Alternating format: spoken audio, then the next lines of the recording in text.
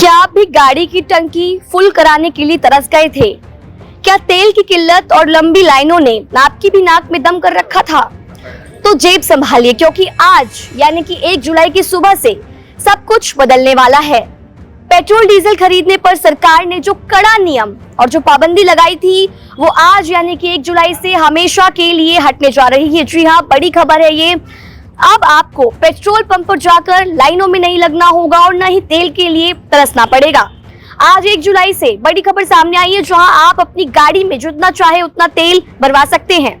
लेकिन आखिर सरकार को अचानक देश में तेल की बिक्री पर ये रोक क्यों लगानी पड़ी थी? जो आपको बता दें, ठीक 18 दिनों के बाद सरकार को अपने कदम पीछे खींचने पड़े।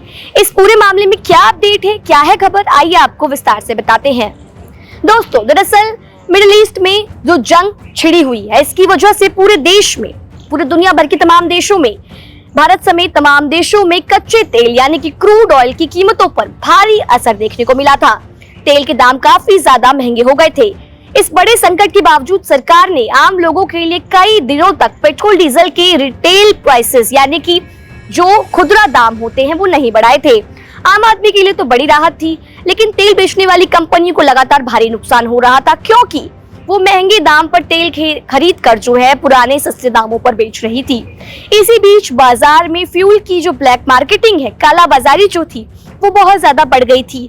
इन तमाम दिक्कतों को देखते हुए सरकार ने 12 जून 2026 को एक बड़ा फैसला लेते हुए पेट्रोल डीजल की खरीद पर एक लिमिट तय कर दी थी, जिसके तहत किसी भी ग्राहक को या किसी भी गाड़ी को एक दिन में ज्यादा से ज्यादा मैक्सिमम 200 लीटर डीजल जो है वो पेट्रोल डीजल जो है वो दिया जा सकता था। इस नियम का मकसद ये था कालाबाजारी को रोका जाए, आम लोगों तक फ्यूल की जो कमी है वो ना हो। लेकिन अब आपको बता दें, 18 दिनों के बाद इस कड़े नियम को आपको बता दें, जी हाँ, वो सरकार की तरफ से अस्थायी तौर पे हटाया जा रहा है। इसे लेकर पेट्रोलियम मंत्रालय का कहना है कि इस शॉर्ट टर्म नियम की वजह से पूरे देश में पेट्रोल डीजल की कोई कमी नहीं हुई और आम जनता को भी कोई परेशानी नहीं झेलनी पड़ी। अब क्योंकि जो तेल की सप्लाई है वो पहले की तरह बिल्कुल नॉर्मल हो चुकी है और भारत देश में पेट्रोल डीजल का पूरा स्टॉक जो है वो पर्याप्त मौजूद है, इसीलिए सरकार ने इस पाबंदी को अब हमेशा के लिए जो है वो हटा दिया है। आपको बता दें, जो फ्यूल क्राइसिस है, इसकी वजह से पेट्रोल डीजल के दाम भी धीरे धीरे करके बढ़ा दिए गए थे।